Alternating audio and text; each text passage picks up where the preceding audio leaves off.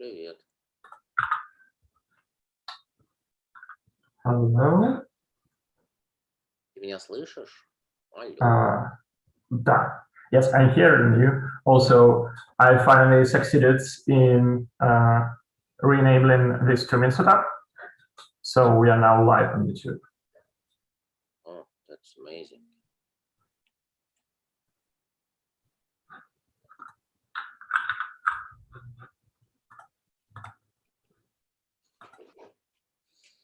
Oh. Hi, Bo. Hi. Hi, Bob. Hi. Okay, so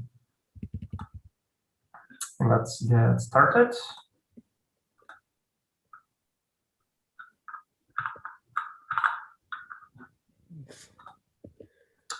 Okay, so in terms of what we've achieved the previous week, we actually made, well, you actually made a great progress.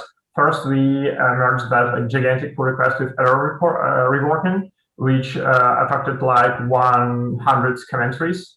It's like finally through, so it's great. Bo also succeeded in getting the basic version of contract of local reproduction of contract call working. So there is a bunch of in-progress pull requests for exposing various APIs, and there is an actual example which you can run against that merge pull request, and it actually reproduces the contract execution locally. Is this a fair summary of the state? It is what?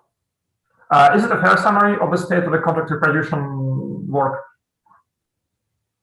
Yeah, it downloads the state from testnet and reproduce based on that. Yeah. Okay. So that's cool.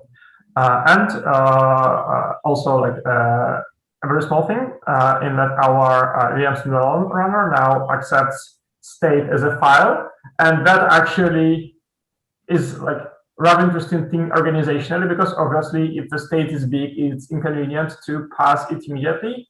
But we didn't have the need for that before, apparently, because we actually weren't testing with state big enough. And now, now that reproduction feature is actually there, that means that, hey, we are like starting to use our tools properly to their full capacity. Yeah. So we have a bunch of stuff in progress. Concept pre-compilation work, I think, is almost done. It's basically waiting for reviews. Is that correct, Nikolai?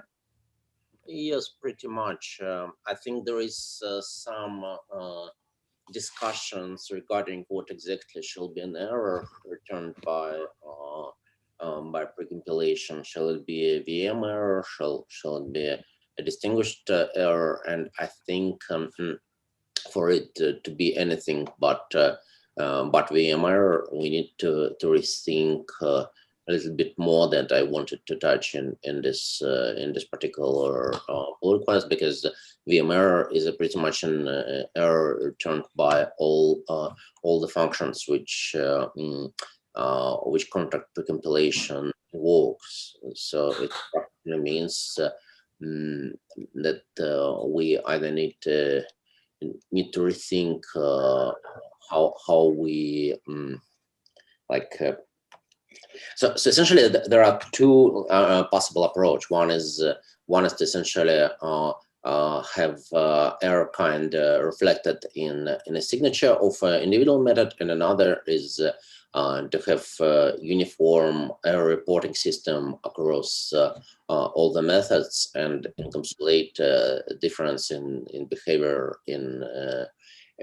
in particular, like enum elements or something like that.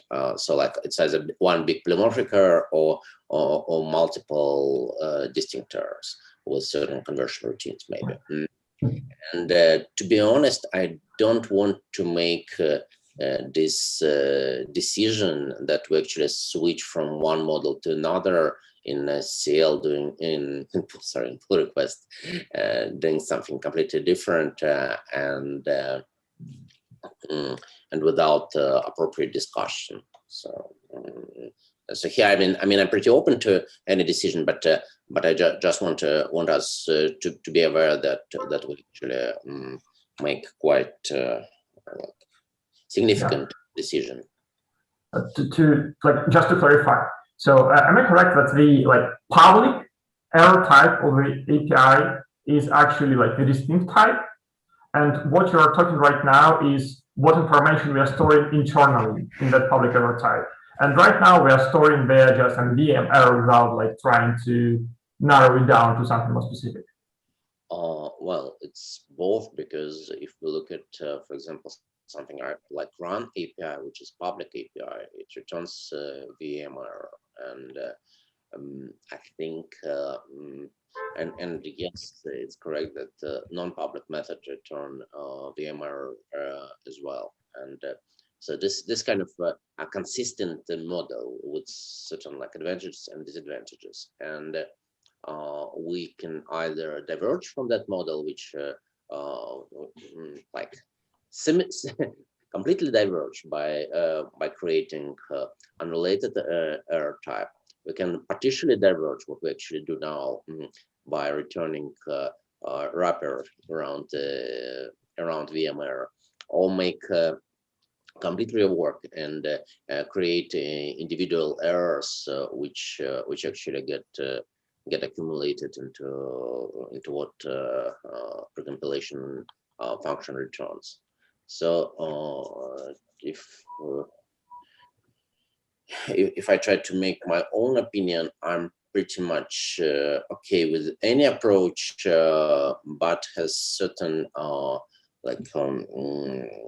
inclination, little bit of an inclination, I'd say, towards keeping VMware as a universal API for our public functions, because this way essentially all operations, people don't have to implement a multiple display, I don't know, converters and stuff for individual error types, and instead, as long as there is a VM error to something converters and serializer, then it most likely. So that's my opinion. Yeah. So I guess the thing I agree most is that we shouldn't do error reworking in this pull request. It's definitely we should merge something and then work later.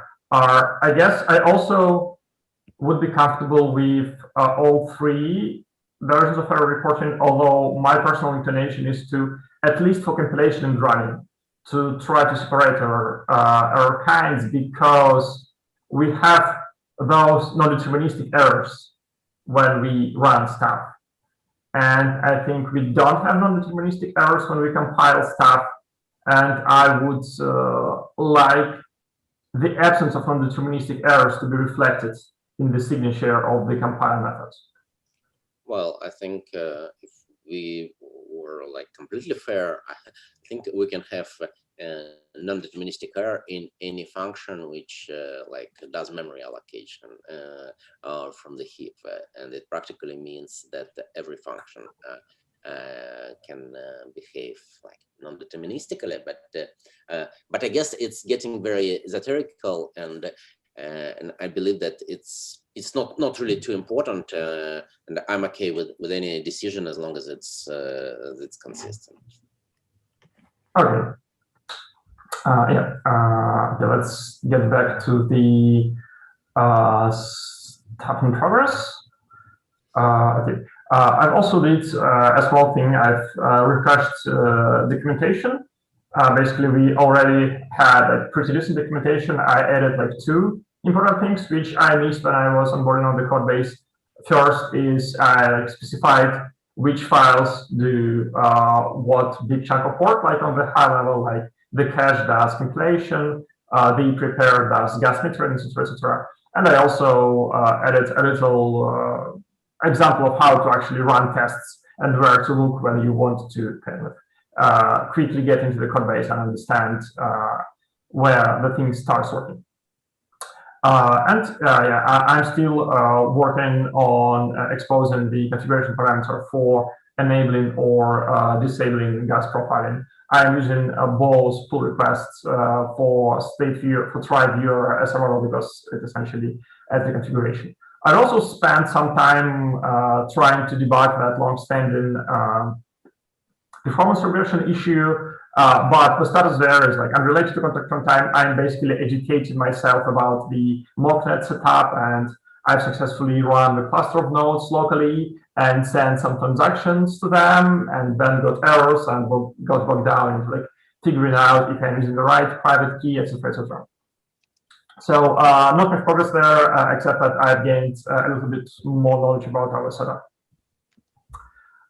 Okay, I guess this is all that I think we have done recently, or are.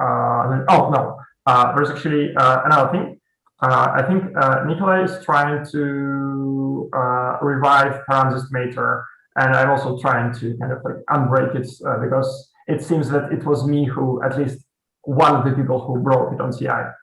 So was there any progress on that front? Not on my side. Actually, I think I will take a look at that tomorrow. Yeah, so on my side, I submitted a small fix there, but I noticed that today's nightly build also failed. I have not yet looked into that, but I am planning to. The actual problem, at least what I saw, was not actually any kind of a script or environment. It's more fundamental problem, which I guess we need to solve. And the problem coming from I think abuse of features in combination with serialization. What's going on at least in my experiments was the following: we were creating like Genesis and emulated environment where we the param estimation, and then when we run the param estimator, the features overridden in Carbotoml actually produce different set of different binary layout, expectation on a database compared to what's actually there and generated by Genesis tool, and this is I think incompatible and like unchecked serialization formed based on features is evil, and we will encounter. I think we're relatively lucky here that we see this problem as like we cannot deserialize. I think in worst case we could end up just deserializing garbage, and I think this is a feature which we need to discuss with. I don't know, maybe it was chain team or transaction team. I'm not sure, transaction runtime team. I'm not sure who, but I don't think we shall ever put like fields in serializable structures on the feature. That doesn't make sense. And use derived serialization on them. It's clear way to shoot yourself in any part of your body. So and this is the actual problem. So and that's why it's pretty fundamental. Actually, yesterday I was just giving a rather lengthy talk on a conference, so was unable to do any work in that direction. Okay.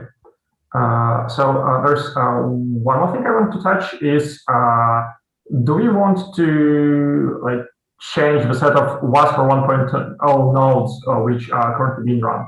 Like, I guess there's like a question for me and like another question. So a question for me is, what's the current state of testing with WASPR 1.0? Are we still running only a single test node, or are we already running like several nodes? It's still running one node. I think we was waiting for like getting a new cost before applying,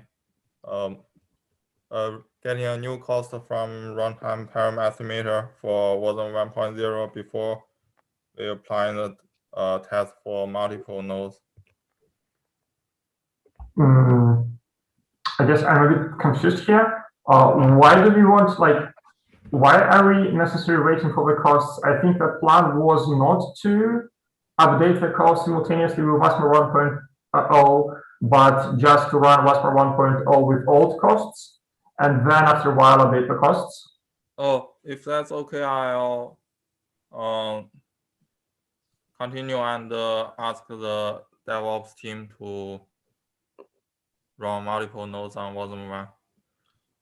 I think do we switch half of the nodes to version 1, or like simply adding a few number of nodes, new nodes with version 1?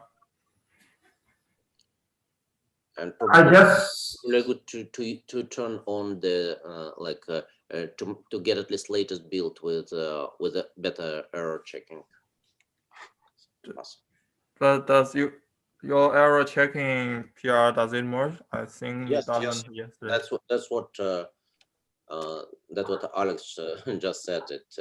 It got merged probably it's fourth commit from heads now. It's just before your state file option. Yeah, so it's pretty fresh. Yeah, I guess so. We should run the nodes with error reporting reward. We should run half of the nodes using Wasmer 1.0, and we should be using old costs.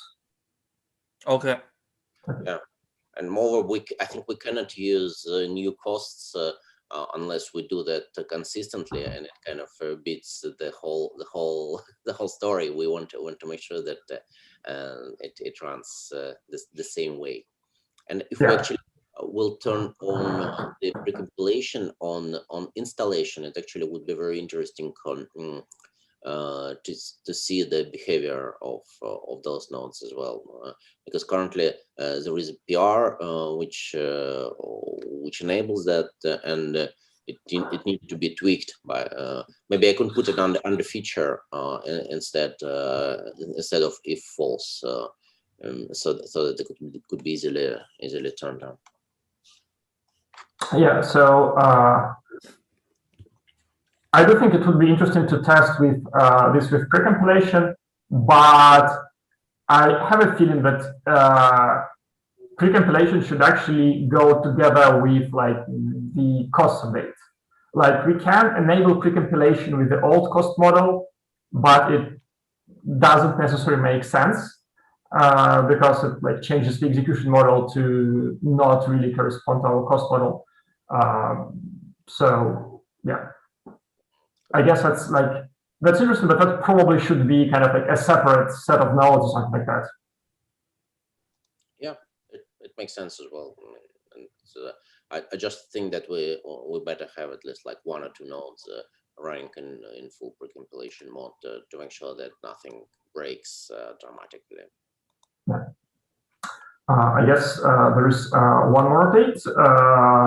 I've tried to kind of like figure out that EVM gas estimation problem, which has been haunting us for like, I don't know, 2 months at this point. And I finally got the info from Ilya that like the benchmark, original benchmark by Ilya we have been like talking about is pretty old. So the EVM team should probably do a better benchmark. So I guess that means that we will have something to work with sometime. Yeah. Yes, actually, I also did a small step in that direction to ensure to check the hypothesis that actually our compilation not truly linear from the size because of a different distribution in EVM contract compared to everything else, and it seems to be the case. So I tested several contracts, and in most of them, I mean, I tested, I think, a few core contracts, including multi-sig contract, which Ilya was looking at. And in typical distribution was 80 to 20. So like 80% of code and 20% of data, and like everything else is pretty minor. And in case of EVM, the distribution is quite opposite, and the code only takes about like 20%, and code, I mean data and similar stuff takes 80%. So it kind of hints that at least to make sure that our computations are correct, I think we better take the contracts which has more code. So I think my proposal is following: when I will evaluate the param estimator when looking on compilation cost estimator, I will do the following. I'll take a look at the contract, compiled contract, and see what's the percentage of code in the contract. And let's assume it's like 70%, for example. Then I will take a multiplier to the result, which is essentially 10/7 essentially. So that we estimate the worst possible case when 100% of the contract is actually code, and use that as a cost. So this way will estimate the worst case behavior. So yes, that's really great find, because I'm not sure this is true, but I think I fear that the contracts we use for estimation like the contracts with like different sizes, like kilobyte, megabyte, 10 megabytes. I think that the way we increase the size of the test contract is by actually including data into the contract. So currently we might not be measuring the right thing. I'm not sure. Like it's, I just seen the code which blows up the size of the test contract by including some bytes there. No, if the code is bigger, the cost is more expensive. If you put in more data, currently we calculate it by compile cost per byte. So if you put more data without adding much code, the cost will be calculated as very expensive, but compiling it is actually cheap because the code is small. Yes, but I think what we are using to estimate compilation cost is exactly the contract, which has a lot of data in the code. Yeah. So maybe we could replicate the code section multiple times, like renaming the function, but replicate the function body. So we create a huge contract of a lot of code. Yeah, something like that should work. Well, why we don't consider like charge the contract exactly based on the percentage of the execute, the percentage of code and the percentage of data, like in the runtime, use Rust to tell the wasm files code section percentage and the data section percentage, and have two costs of like compile cost per code bytes and compile cost per data bytes. We can do that, but I mean, it could always be done later. We only will decrease the cost this way. I think the current idea is to estimate, to give upper but correct estimation. So that's the way to obtain this cost. Now we can like strictly reduce it by taking into account the code size. And if we need to better understand the demographics here, and if demographics turns out that, for example, the typical contract indeed is mostly code, then this reduction in cost won't be significant. So. Oh, okay.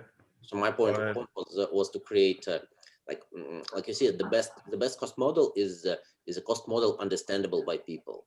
And when person deploys WebAssembly binary into the network, they can reason about its cost. Like if I deploy 1 megabyte, it's cost that much.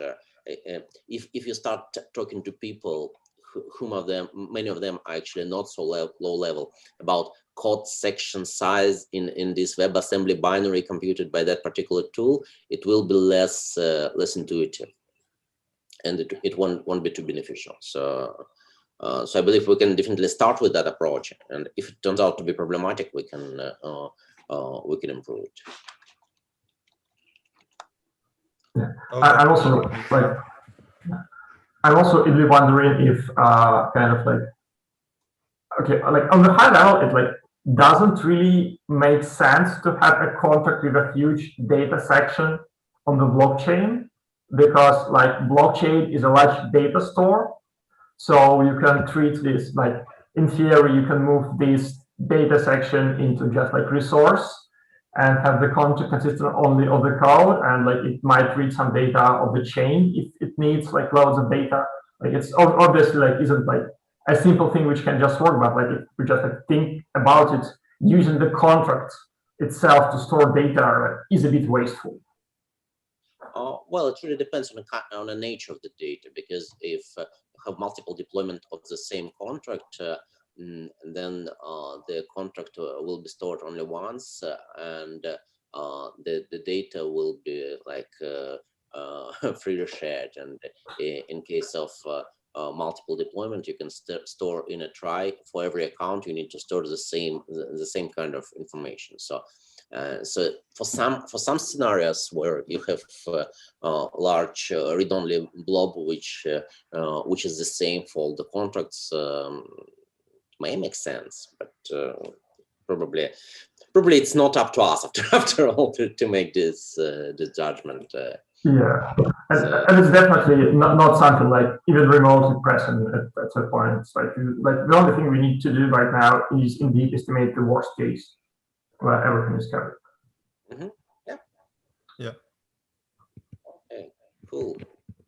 Okay, so anything else? I just want to make sure that we agreed on who does what for the like next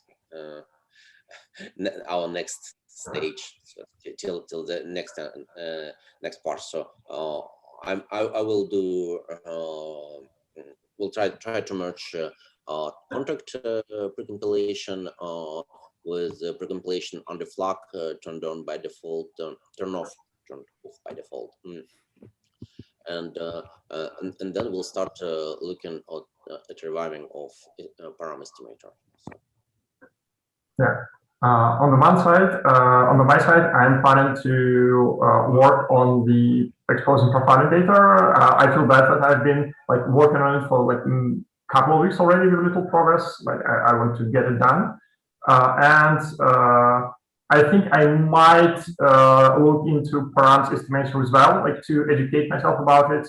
And I feel there might actually be a bug in like the way it is built, which I introduced, so I should fix. At least the way it's built on CI. It might work locally, but break on CI. Bo, what are you planning to work on? I'll wrap up on the reproduce local contract execution and address some corner case and make a RPR merge. After that, I'll take a look at our OKR again to see the other item to work on. Yeah. I haven't checked this week. Could you also like ping the relevant people to schedule WASMR 1.0 on behalf of the nodes? Yeah, I'll also do that. But that's very quick. So probably this just covers this week's work. Yeah.